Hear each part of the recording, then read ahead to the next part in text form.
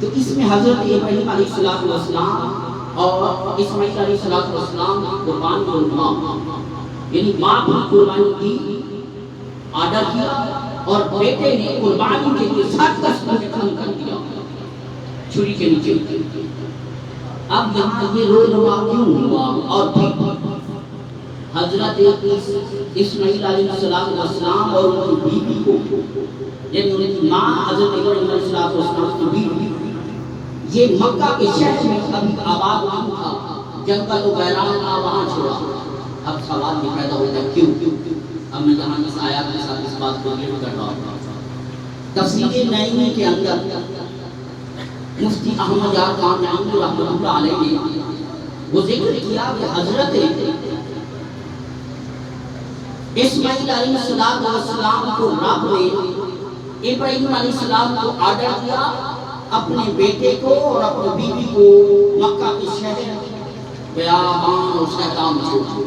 وجہ انہوں نے وجہ یہ بیان کی، کہتے ہیں کہ حضرت ابراہیم علیہ السلام نے اپنے بیٹے کو گود میں لیا، گود میں لے کر اس نعمت میں اتنے مست ہوئے، اتنے گم ہوئے، اس تصور میں اتنے گم ہوئے محبت فطری میں، بیٹے کی محبت میں، کہ دیکھا کہ رب نے یعنی ان کو اتنا حسین بیٹا دیا، اس لمحے کے اندر بیٹے کے تصور میں گم ہو گئے. خدا بھول گئے، نبی کو کبھی بھولتا نہیں، خدا ان کو بھلاتا ہے، یہ بھی حکمت میں شامل ہے. اگر سوال یہ پیدا ہوتا ہے نبی کیسے بھول گئے؟ نبی بھولتا ہے شریعت کا حکم بنتا، کبھی نبی بھولتا نہیں، نبی کو بھلایا جاتا ہے، اس لیے شریعت بنتی ہے، شریعت کا حکم بنتا ہے. اس کے انگیزم میں بن رہے یہ تیمم کا جو حکم ہے نبی علیہ السلام ایک مرتبہ یہ قضا کا قضا نماز کا جو حکم ہے آپ نے السلام فجر کی نماز دی کہ ٹائم نہیں اٹھے تو آپ نے بعد میں قضا پڑھا. یہ کیوں؟ اس لیے کہ آپ علیہ السلام سوئے رہے، بھولے رہے، خدا بھلاتا رہا، اس لیے تاکہ نماز قضا ہو تو آنے والی امت کے لیے قضا کا حکم ہو جائے. اگر کوئی بھول جائے سو جائے تو اس کے لیے نماز کیسے ادا کریں گے؟ تو قضا ادا. اس لیے نبی بھولتا نہیں، نبی کو بھلایا جاتا. یہاں میں بڑا خوش ہوں، ایک بچہ ہے یہاں سامنے بیٹھے ہاتھ کھڑا کر رہا، فجر کی نماز رہ جاتی ہے تو فجر کے بعد سورج طلوع ہو رہا ہے تو قضا پڑھا ہوتا ہے. یہ چھوٹا سا بچہ، اس کا مطلب یہ ہے کہ نماز رہنے نہیں دیتا، رہ جائے قضا ادا کرتا ہے. یہ قضا کیوں؟ اس لیے فرمان مصطفیٰ ہے اگر نماز اس وجہ سے رہ جائے تو قضا ادا کرتا. اس لیے اس بچے کے اندر اتنا جذبہ ہے کہ میں آپ سے یہی کہوں گا کہ اس بچے کو ایگزامپل لے لیں اور آپ سے بھی پہلے تو کوشش کریں کہ نماز نہ رہے، دیر سویر سے پڑھیں، اگر رہ بھی جائے کسی وجہ سے تو پھر آپ ذرا کھڑے ہو جائیں، چہرہ دکھا دیں، مجھے پوچھ رہے ہیں کہ کون سا رکھتا ہے. تو میں کہہ رہا تھا نبی حضرت ابراہیم علیہ السلام گود میں اسماعیل علیہ السلام نے بعض بات بیٹے کی محبت میں انسان بہت ساری چیزیں بھول جاتا ہے، ماں باپ بھول جاتا، خدا کا ذکر بھول جاتا، خدا کی عبادت بھول جاتا، خدا کی توجہ دینا بھول جاتا. اس لیے یہ جو لوگ دن رات محنت کرتے ہیں اولاد بچوں کی خاطر جس کی وجہ سے وہ خدا بھول جاتا. جب یہ صورت پیدا ہوئی مفتی احمد یار خان نعیمی فرماتے ہیں تو اللہ تعالیٰ نے فرمایا اے ابراہیم تو ایک لمحے کے اندر اپنے بیٹے کی محبت کو اتنا گم ہو گیا تھا، اس کے تصور میں اتنا گم ہو گیا، اس میں مست ہو گئے اور مجھے بھول گئے.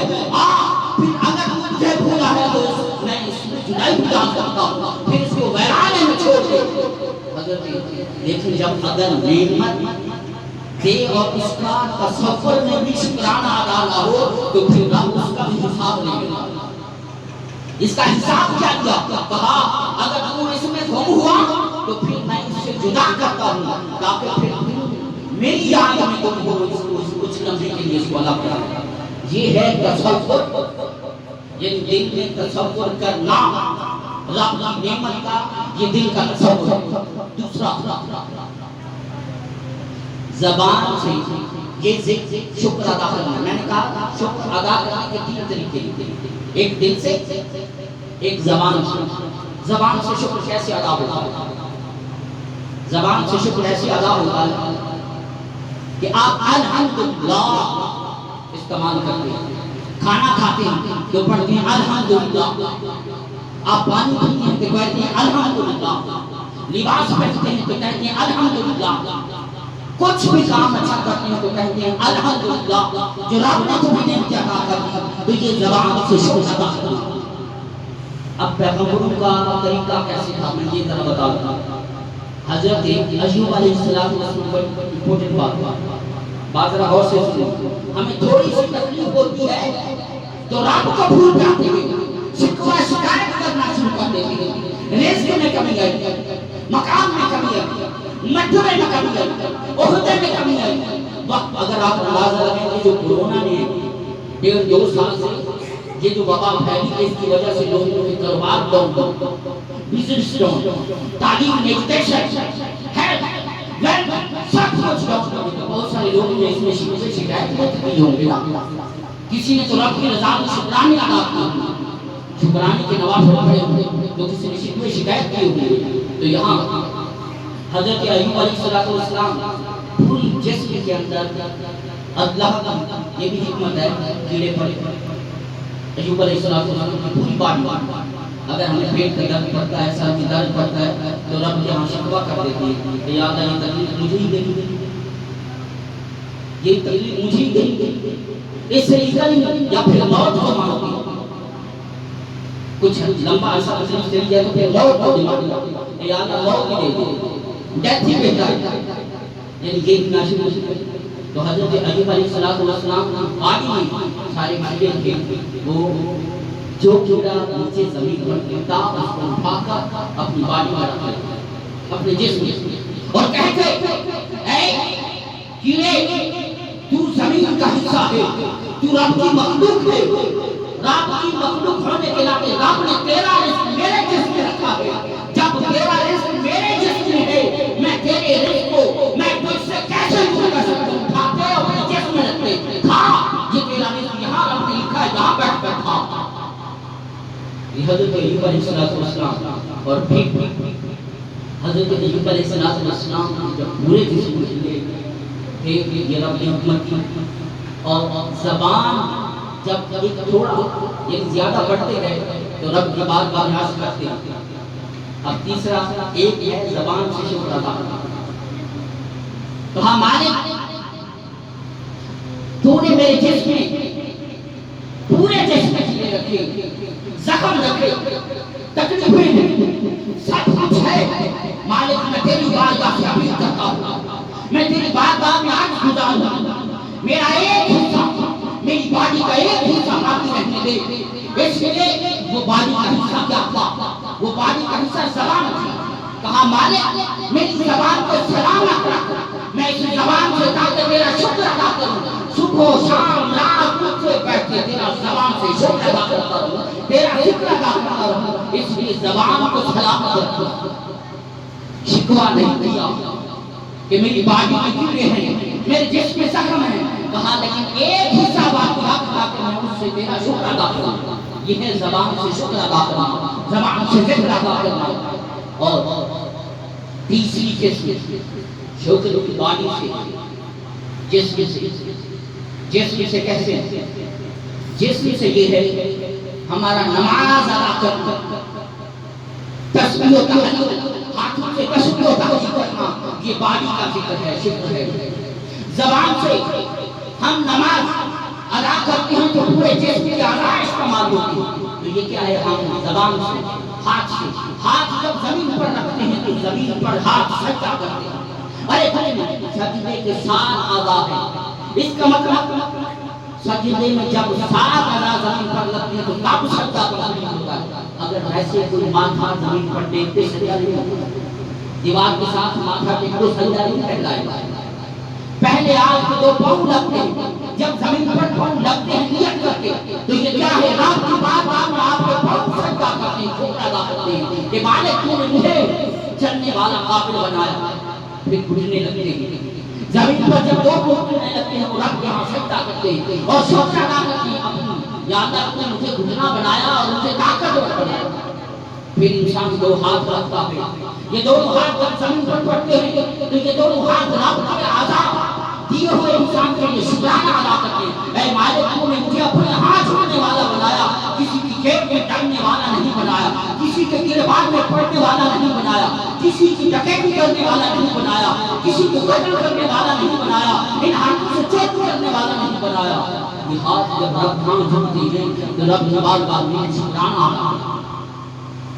پھر یہ انسان کا ناک زمین پر لگتا ہے اور ماتھا زمین پر لگتا ہے تو رب جب شکرانہ ادا کرتا ہے. یہ ہے باقی کی شکرانہ. یعنی تین قسم ہیں کہ انسان جب رب کا شکرانہ ادا کرنا چاہے تو تین حصوں سے ادا کرتا ہے, دل سے, زبان سے اور انسان کی باڈی سے. یہ پورے یعنی یہ جسم کے اعضاء ہم رب کا شکرانہ تین حصوں سے ادا کرتے ہیں. اس لیے کہ آپ لوگوں سے بھی گزارش ہے آپ رب کا شکرانہ زبان سے بھی ادا کریں, اعضائے جوارح سے عبادت و قیادت کیا کریں. اس سے رب کا شکرانہ ادا ہوگا. یہ نیکی. اور یہاں میں آپ کو آخری بات بتا رہا ہوں. حضرت داؤد علیہ السلام اس سورہ سبا کے اندر رب تعالیٰ نے فرمایا انسان سب سے زیادہ شکر کرنے والا ہے, باقی چیزوں کی بڑی صفت. حضرت داؤد علیہ السلام نے رب کے یہاں سوال کیا سوال کیا اے مالک, بات ہے اس کو غور سے, یہ آخری بات کہا مالک کیا تیری مخلوق میں سے یہ حضرت مغیرہ بن عیینہ بیان کرتے ہیں. یہ شعب ایمان کے اندر یہ حدیث موجود ہے. حدیث کا نمبر ہے 1413 4413. یہ حدیث کا نمبر ہے. حضرت داؤد علیہ السلام نے رب کے بارگاہ میں عرض کیا مالک تیری مخلوق میں کچھ ایسی چیز ہے جو مجھ سے بڑھ کر ذکر کرتی ہے. اللہ تعالیٰ نے وحی کی. حضرت داؤد علیہ السلام نے کہا یہ آخری بات نہیں کر رہا ہوں. کہا ہاں تجھ سے بڑھ کر انسان بھی مخلوق ہے, جن بھی مخلوق ہے. نباتات جیسے کہ سر بتا رہے تھے کہ پودوں کو پانی کیا کریں, یہ بھی مخلوق ہے, یہ بھی رب کا ذکر کرتا ہے.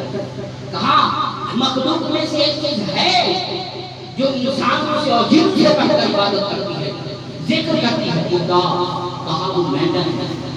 کبھی آپ نے اور قربانی میں ٹائم ٹائم کرنا ہوتا ہے, کبھی گاؤں میں جا کے دیکھا مینڈن میں دیکھا کہ وہ آواز دے رہا ہوتا ہے. وہ کیا کر رہا ہوتا ہے, وہ اس کی آواز ساری رات. حضرت داؤد علیہ السلام نے سوال کیا کہا ساری رات یعنی رات بھر مجھ سے پڑھ کر کو ذکر کرتا ہے. ہاں پوری رات تجھ سے پڑھ کر اگر کرتا ہے تو مینڈن ذکر کرتا ہے. اگر آپ اندازہ ہے ایک طرف پیغمبر کا سوال ہے, دوسری طرف انسان کا ذکر نہیں کیا, کسی جن کا ذکر نہیں کیا. ذکر کیا تو کہا شکر زیادہ ادا کرتا ہے, ذکر زیادہ ادا کرتا ہے تو وہ مینڈن ادا کرتا ہے. اس کا مطلب یہ ہے کہ ساری رات پانی کے اندر جو ٹین ٹین کر رہا ہوتا ہے, یعنی اس کی آواز ٹین ٹین کی نہیں ہوتی, اس کی آواز اللہ اللہ اللہ کی آواز ہوتی ہے. وہ رب کا ذکر کر رہا ہوتا ہے اپنی آواز سے.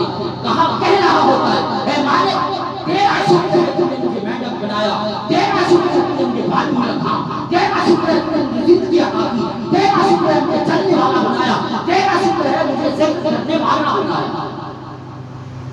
یعنی انسان سے نہ جن کا ذکر کیا نہ انسان کا ذکر کیا. اگر ذکر میں پڑھ کر ہے تو اس کا مطلب یہ ہے کہ ان چیزوں کا بھی ہمیں خیال رکھنا چاہیے. والسلام. اور ہمیں بھی اللہ تعالیٰ کا ذکر شکر